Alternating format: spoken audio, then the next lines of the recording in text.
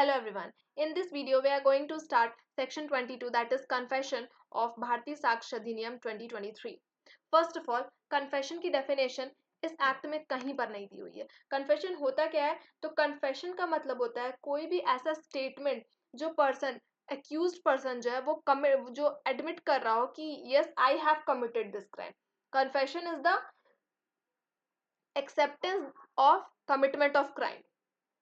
And section 22 speaks about the confession if it is caused by inducement, threat, coercion or promise, whether that confession will be relevant or not will be discussing in section 22. First of all confession के बारे में कुछ और बातें हम जान लेते हैं. कन्फेशन की डेफिनेशन इस एक्ट में कहीं तो नहीं दी हुई है, but Pakala Narayana Swami versus king emperor के केस में, पाकला नारायण स्वामी बहुत ही लैंडमार्क जजमेंट है. इस केस में लॉर्ड एटकिन ने डेफिनेशन दी थी कन्फेशन की, और उन्होंने ये बात कही कि कोई भी ऐसा स्टेटमेंट जो कोई एक्यूज्ड पर्सन एडमिट कर रहा है इन टर्म्स ऑफ ऑफेंस, तो that statement will be called as confession. And secondly, या फिर वो अगर किसी फैक्ट के सारे सर्कमस्टांसेस को या सारे फैक्ट्स को, जो सारे फैक्ट्स मिलके एक कन्फेशन बने, एक क्राइम बना है, वो कन्फेशन कहलाएगा. लॉर्ड एटकिन ने ये डिफाइन किया था इन पाकला Narayana Swami versus king emperor. आप इस केस को अपने सेक्शन के जस्ट बगल में लिख लीजिएगा क्योंकि ये बहुत इंपॉर्टेंट स्टेटमेंट है. और कन्फेशन कौन कर सकता है? तो एक जनरल रूल ये बताता है कि कन्फेशन एक तरह की स्टेटमेंट होती है और ये हमेशा एक किसी एक्यूज्ड द्वारा की जाएगी, और ये हमेशा किसी पर्सन इन अथॉरिटी के सामने ही करना है. कोई भी स्टेटमेंट, सेक्शन 22 ये बात कहता है कि कोई भी स्टेटमेंट अगर किसी इंड्यूसमेंट, थ्रेट, कोर्जन या प्रॉमिस के लिए किया गया हो तो ऐसे कन्फेशंस इररेलेवेंट हो जाते हैं. See, confession made by an accused person is irrelevant.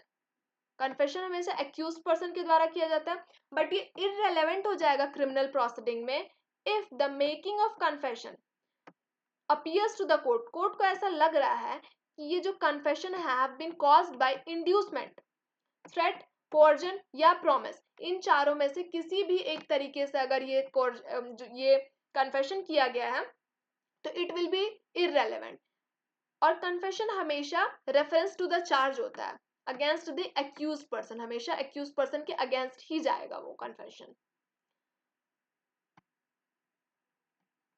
Proceeding from a person in authority and sufficient in opinion of court to give the accused person grounds which would appear to him reasonable for supposing that by making it he would gain an advantage to avoid an evil of temporal nature in reference to proceeding against him. पहला paragraph ध्यान से पढ़ते हैं. पहले paragraph में ध्यान से सुनिएगा. पहले पैराग्राफ में ये बात कही गई है कि कन्फेशन अगर एक्यूज्ड कर रहा है with reference to the charge, उस पर्सन के अगेंस्ट जो चार्ज बनी हुई है उस चार्ज से रेलेवेंट या उस चार्ज के रेफरेंस में अगर कोई भी पर्सन किसी भी तरह का कन्फेशन करता है क्रिमिनल प्रोसीडिंग में, और ये कोर्ट को अपीयर हो रहा है कि such confession has been made because of the inducement, threat, coercion और प्रॉमिस, तो वो कन्फेशन इररेलेवेंट हो जाएगा. Such confession will be irrelevant. अगर हम किसी पर्सन को ये बात कह देते हैं कि हाँ आप कन्फेस कर दीजिए तो आपको कुछ फायदा होगा, या आपकी हम सजा कम करवा देंगे, या किसी भी तरह का एडवांटेज आपको मिलेगा, या किसी ईवल या टेम्पोरल नेचर से हम आपको बचा लेंगे in reference to the proceeding against him, तो ये सारे कन्फेशंस इररेलेवेंट हो जाते हैं. क्लॉज 2 की बात देखते हैं, पैराग्राफ 2 देखिए. Provided that if the confession is made after impression caused by any such inducement. अब अगर कोई इंड्यूसमेंट, थ्रेट, कोर्जन और प्रॉमिस इसे अगर हटा दिया गया है या कोर्ट की ओपिनियन में ये है कि हाँ ये इंड्यूसमेंट, थ्रेट, कोर्जन और प्रॉमिस को फुल्ली रिमूव किया जा चुका है, उसके बाद अगर कोई भी एक्यूज्ड किसी भी तरह की बात अगर अपने अगेंस्ट में बोल रहा है regarding the charge of which he is accused of, तो वो कन्फेशन रेलेवेंट हो जाएगा. Provided further that if such a confession is otherwise relevant, it does not become irrelevant. कोई की भी confession अभी तक जो irrelevant था, वो जो अभी तक relevant था वो irrelevant नहीं बन जाएगा merely because it was made under promise of secrecy.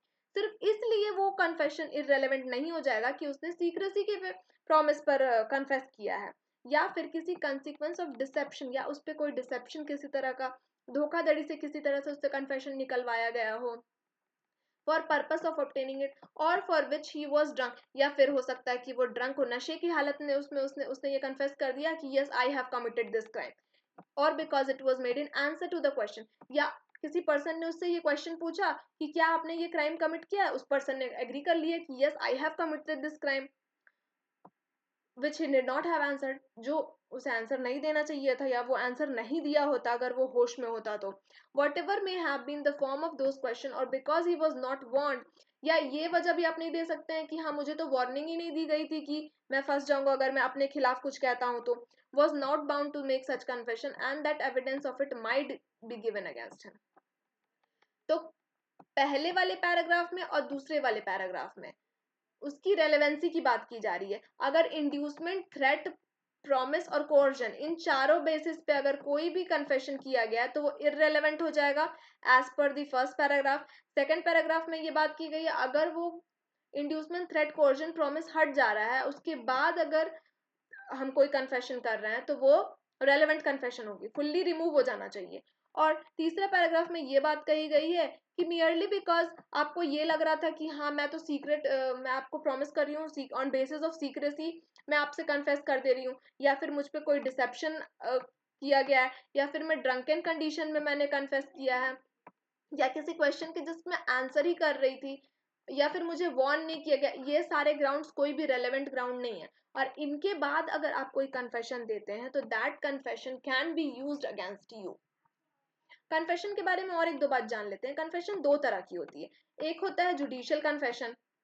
Judicial confession का मतलब होता है जो हम किसी मजिस्ट्रेट या पर्सन अथॉरिटी के सामने या जज के सामने करते हैं। ओके, जज कह सकते हैं या कोर्ट कह सकते हैं, मजिस्ट्रेट कह सकते हैं, इनके सामने अगर हम कोई भी कन्फेशन कर रहे हैं तो that will B judicial confession. और एक्स्ट्रा जुडिशियल कन्फेशन एक होता है। एक्स्ट्रा जुडिशियल कन्फेशन का ये मतलब है अगर कोई भी कन्फेशन किसी जज या मजिस्ट्रेट के अलावा किसी पर्सन के सामने किया जा रहा है, that will be called extra judicial confession.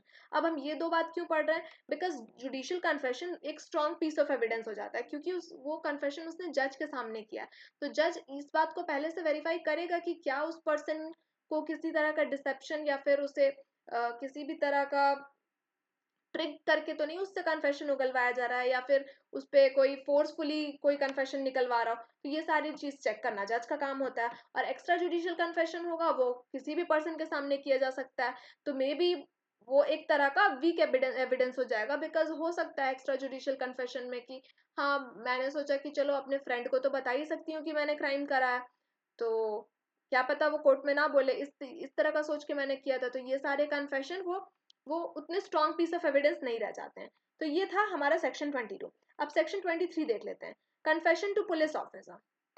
अब आप खुद बताइए, क्या हम किसी पुलिस ऑफिसर को कोई कन्फेशन दे सकते हैं? दे तो सकते हैं, पर क्या वो रेलेवेंट होगा? तो नहीं। जनरल रूल है पुलिस को दिया हुआ कोई भी कन्फेशन रेलेवेंट नहीं होता है। क्यों?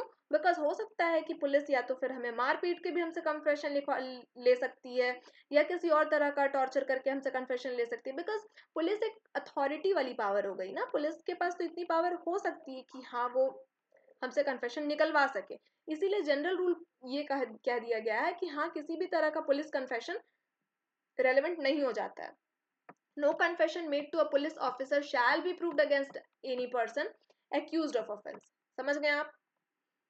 बट इसके क्लॉज 2 में क्या बात कही गई है? No confession made to any person while is in custody of police officer unless it is made in immediate presence of the magistrate shall be proved against him।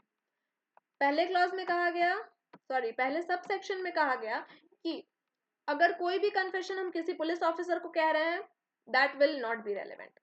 But clause 2 में ये बात कह दी गई कि अगर वो कन्फेशन हम police custody में कर रहे हैं but immediate presence of magistrate है वहां पे, तो वो हमारे अगेंस्ट प्रूफ किया जा सकता है। अब इसके प्रोविजो देख लेते हैं।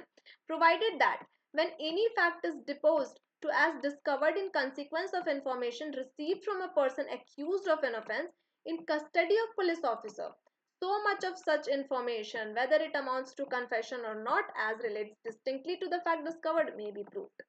देखिए इसकी प्रोविजन में क्या बात कही गई, यहाँ कहा गया कि कोई भी इंफॉर्मेशन अगर डिस्कवर किया जा रहा है इन कंसिक्वेंस ऑफ इंफॉर्मेशन रिसीव, अगर एक्यूज पर्सन ने ये कहा था पुलिस ऑफिसर को कि हाँ मैंने बी को मारा है और मैंने उसे चाकू से मारा, चाकू मैंने कबड़ में छुपाया है, तो ए ने ये बात कही कि उसने बी को मारा है, वो तो कन्फेशन हो गया, but confession will not be relevant because वो तो पुलिस को उसने कन्फेशन करा है। लेकिन जो सेकंड बात तो उसने कही कि हाँ उसने चाकू से मारा और उस चाकू को उसने कबड़ में छुपाया, तो ये जो सेंटेंस है कि चाकू को उसने कबड़ में छुपाया, that will be a relevant evidence because ये इंफॉर्मेशन रिसीव किया है पुलिस ने कि डिस्कवर, किसी चीज की डिस्कवरी हो रही है, यहाँ पे चाकू की डिस्कवरी हो रही है, तो that will be a relevant piece of evidence और उसे नहीं नकारा जा सकता कि हाँ ये पुलिस के सामने कन्फेस हुआ था, बिकॉज वो कन्फेशन में नहीं आ जाएगा, वो डिस्कवरी में चला जाएगा।